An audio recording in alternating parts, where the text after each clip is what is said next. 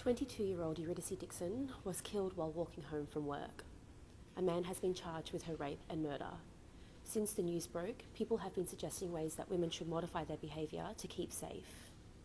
Every time we tell a woman that she needs to modify her behaviour in order to be safe, we suggest that she is in some way responsible if she experiences violence.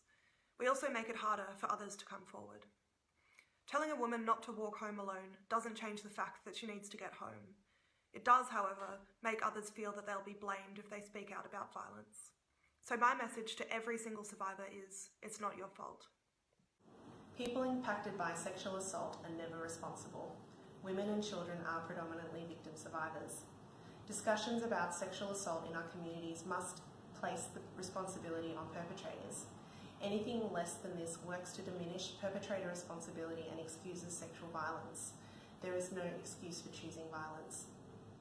At Casa House, many victim survivors tell us that the community attitudes that excuse perpetrators are very damaging, as these attitudes work to silence them.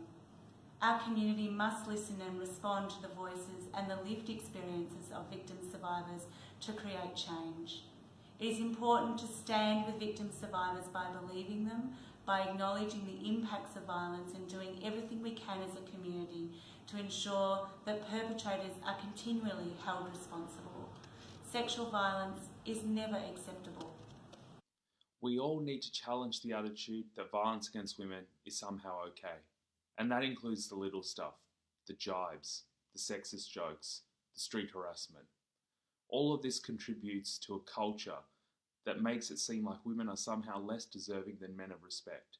And so it falls on all of us, me, you, and especially all men, to call out the behaviour, to call out the attitudes, and challenge male entitlement wherever we see it.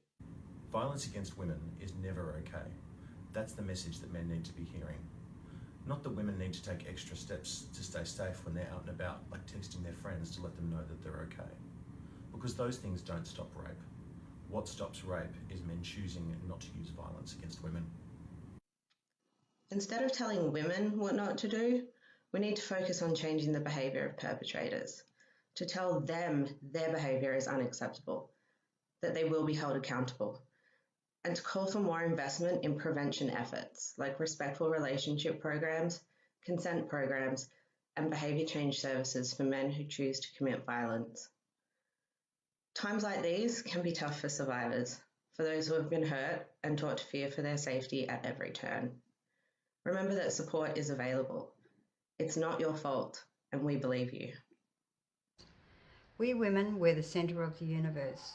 We need to be working together and having our sisterhood and being safe in this country. Aboriginal Torres Strait Islander women have a high rate of violence against them. This year is because of Her I Can. Men, support us. Be our voice with us. Walk with us and be strong with us, and guide our spirits to help us overcome the violence that is happening. And to all the women out there and to all the men out there, remember, those people who are attacking, that could be your daughter, your sister or your mother or any member of your family. We need to keep this country safe, and we need to keep walking ahead together as the sisterhood with our men to make a united front to stop the violence in our country. Our love and thoughts are with Eurydice's family and friends and all those who've been affected by men's violence against women.